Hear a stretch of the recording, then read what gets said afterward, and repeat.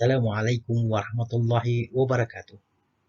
Barangkali inilah pertemuan kita yang terakhir, iaitu sebelum kita akan menduduki peperiksaan akhir secara online.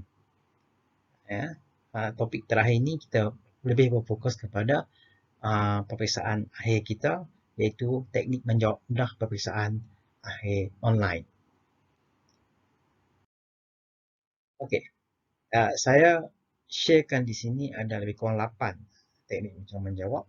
Pertama, sebelum kita menduduki peperiksaan dalam masa kita ni, pertama kita kena ulang kaji nota kita.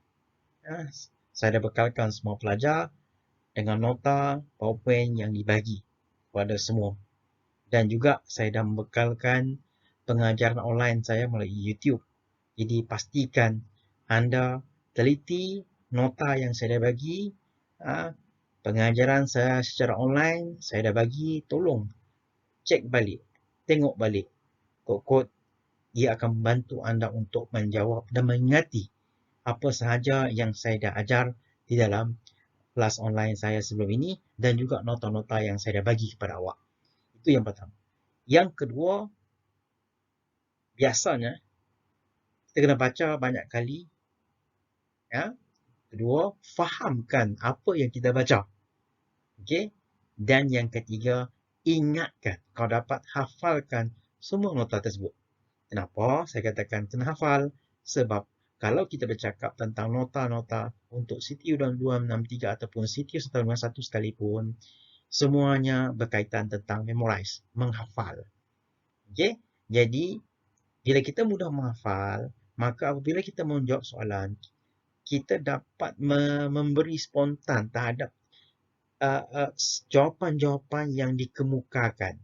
At least kita dapat membuat semakan secara ingatan kita bahawa jawapan ini adalah begini. Okey?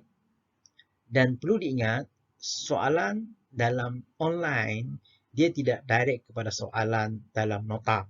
Maknanya dia lebih menjurus kepada bagaimana menguji pemikiran para pelajar. Okey, ini yang kita kena faham. Jadi oleh demikian saya sarankan untuk yang ketiga, buka soalan final year yang lepas ataupun dalam sistem EQPS di dalam UiTM Library. Iaitu yang past year paper punya soalan, sila cek dekat situ. Untuk makluman, untuk subjek CTU 151 dan juga CTU 263, iaitu soalan itu berada pada tahun 2017 ke bawah. 2016, 2015, dia sama saja. Okey. Di situ terdapat ada soalan objektif. Terutamanya melibatkan CTU 151, ada soalan objektif. Okey. Cek dekat situ. Banyak. Okey. Dan soalannya tidak jauh lari daripada skema yang telah ditetapkan. Maknanya, soalannya tidak jauh beza sangat. Jadi kita boleh memahami pattern soalan objektif tersebut. Yang kedua, soalan esei CTU 151 dan CTU 263. Meskipun kali ini dalam online kita CTU 263 ada objektif tapi tidak lari sebenarnya. Jadi dalam soalan esei kedua-duanya ada. Sama ada CTU 281 ataupun CTU 263. Coba analisakan soalan tersebut. Bila kita menganalisa soalan-soalan yang lepas, kalau contohnya soalan objektif, ia merangkumi semua bab. Itulah saya kata tadi, kena baca, kena faham, kena ingat semua chapter yang ada yang anda pelajari. Sama ada CTU 51 ataupun 263. Kalau objektif, kita kena memahami keseluruhannya. Tetapi kalau soalan esei, tidak semua soal chapter ataupun bab tersebut keluar. Dia akan ada satu penekanan terhadap satu-satu topik tersebut. Ia merupakan istilahnya GIS ataupun intisari terhadap silibus tersebut.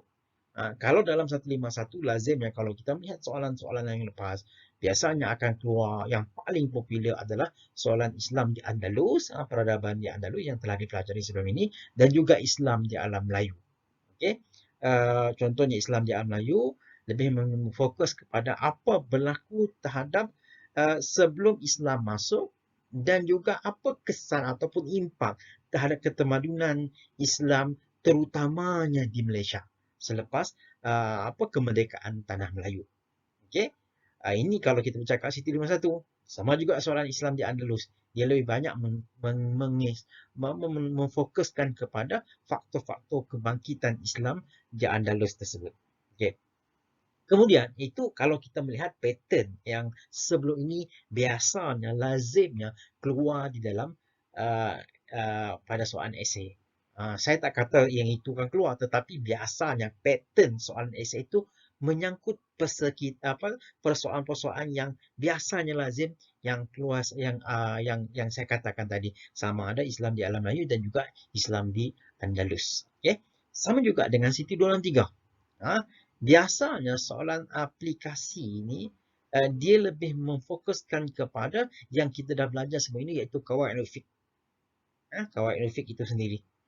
Yang biasanya lazim sangat keluar setiap semester, dia biasanya akan keluar. Dia tidak menutup kemungkinan soalan-soalan lain dikaitkan, tetapi pattern soalan yang lepas-lepas biasanya menyangkut persoalan Qawaidul Fiqh. Sebab Qawaidul ini merupakan hal yang terpenting dalam memahami tentang pengurusan bagaimana fiqh itu dapat mempengaruhi tentang apa yang dikatakan pengurusan dalam Islam itu sendiri. Kemudian, satu lagi iaitu yang kita sebut sebagai PLOC ataupun dalam silibus kita sebut tahtid, tanzim, qiyadah dan juga wikayah. Itu biasa, lazimnya akan bersangkutan dengan aplikasi soalan tersebut. Sama ada ditanya tentang tahtid ataupun disebut perancangan, kemudian apa yang disebut sebagai leading ataupun yang disebut sebagai kepimpinan, organizing ataupun yang kita sebut sebagai tanzim, dan juga controlling ataupun yang kita sebut sebagai wikayah. Okey? Jadi biasanya jadi kita kena analisakan past year paper itu, biasanya kita akan dapat ini rupanya dalam keadaan ini, supaya kita mudah memastikan bahawa kita tidak terlalu fokus sangat dengan topik-topik yang tidak penting, tetapi kita memfokuskan kepada topik-topik yang agak penting. Itu jangan kita lupa. Okay? Jadi, cara bagaimana kita menjawab itu mudah dengan cara kita bukan spot soalan, tidak. Tetapi kita melihat kelaziman soalan yang keluar di dalam soalan-soalan yang lepas ataupun past year paper yang kita lihat di dalam EQPS itu sendiri. EQPS itu biasa dibekalkan dalam UiTM Library. Biasanya akan kita mudah untuk nak cek. So tolong cek dekat situ. Okey. Kemudian kita pergi kepada yang keempat, iaitu bahagikan masa dengan bijak untuk tempoh 2 jam. Panjang masa tersebut. Jadi contohnya soalan objektif ada 30 soalan. Jadi rata-rata satu soalan itu dalam lebih kurang dalam 2 minit. Panjang tu. Biasanya kalau soal final yang dekat peperiksaan sebenar, biasanya setengah jam dia kena jawab. Tapi untuk kali ini, kita bagi ruang dan peluang kepada para mahasiswa untuk menjawab satu soalan lebih kurang dalam 2 minit. Jadi kalau 2 kali 30, maknanya 1 jam untuk soalan objektif. Okey? Untuk 1 jam kedua, saya cadangkan untuk menjawab soalan esei. Okey? Maknanya, dia ada 2 soalan, jawab salah satu. Maknanya satu soalan itu panjang masa diberikan lebih kurang dalam 1 jam. Jadi, jangan tergesa-gesa untuk menjawab kerana masa yang diberikan kepada kita kali ini amat panjang kerana kita menjawab secara online. Jadi, 2 jam tempoh masa yang dibagikan kepada kita dengan bijaksana. Dengan bijaksana kita menjawab soalan tersebut. Okey, yang kelima, kalau ada masa lebih lah, sila periksa balik soalan objektif. Takut nanti kita salah tanda. Biasalah bila kita obses menjawab soalan, kita biasanya kita klik, rupanya kita klik kepada jawapan yang tak tepat. Naya kita. Walaupun satu soalan setengah markah, tapi kalau dah kumpulkan, kalau kita klik sesuka hati, kadang-kadang memberi kesan juga. Jadi oleh itu kita cek balik satu persatu jawapan yang kita tandakan tadi. Terutamanya soalan objektif ataupun true and false. Kemudian jangan lupa, ini saya pesan lagi, jangan lupa submit setelah jawapan anda selesai. Setelah anda menjawab selesai jawab semuanya, jangan lupa submit. Okey? Kadang-kadang pelajar ini terlalu obses sangat, dia ingat dia dah submit. Jangan. Ataupun anda submit dalam jam yang terakhir. Contohnya 2 jam 1 minit. Tak boleh. Dia memang punctual. Kerana apa? Sistem kita ni di set up. 2 jam dia akan sharp terus berhenti. Kita tak boleh nak submit lagi.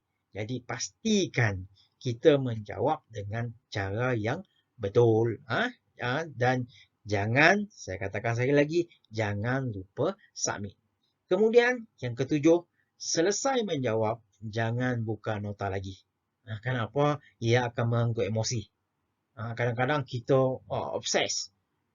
Nak cengok juga. Bila kita salah jawab, kita akan kecewa. Ia akan mengganggu emosi kita. Lebih baik jangan. Kita biar lepaskan tension kita dulu. Takut nanti kita ada exam lagi. Takut nanti akan mengganggu emosi kita. Dan yang terakhir, jangan lupa sebelum kita exam, selepas kita exam, kita bertawakal kepada Allah dan sekaligus kita berdoa kepada Allah Subhanahu Wa Taala. Mudah-mudahan apa yang kita jawab tersebut betul dan memberi markah kita dengan cukup merasakan. InsyaAllah. Saya rasa mudah-mudahan dapat memberi sedikit kefahaman kepada kita untuk kali ini. Saya doakan kepada kamu semua dapat A semua di dalam peperiksaan, khususnya subjek saya Siti 263 dan juga Siti 251. Saya doakan awak semua dapat berjaya. InsyaAllah dapat A semua. Mudah-mudahan. Dan juga kepada subjek-subjek yang lain. Mudah-mudahan. Saya doakan. Mudah-mudahan dengan adanya kita sentiasa ingat kepada Allah Subhanahu Wa Taala, kita akan diberikan kemudahan kepada Allah Subhanahu Wa Taala untuk kita berjaya cemerlang dalam peperiksaan kali ini. Akhir kalam, wabillahi taufik wa hidayah. Wassalamualaikum warahmatullahi wabarakatuh.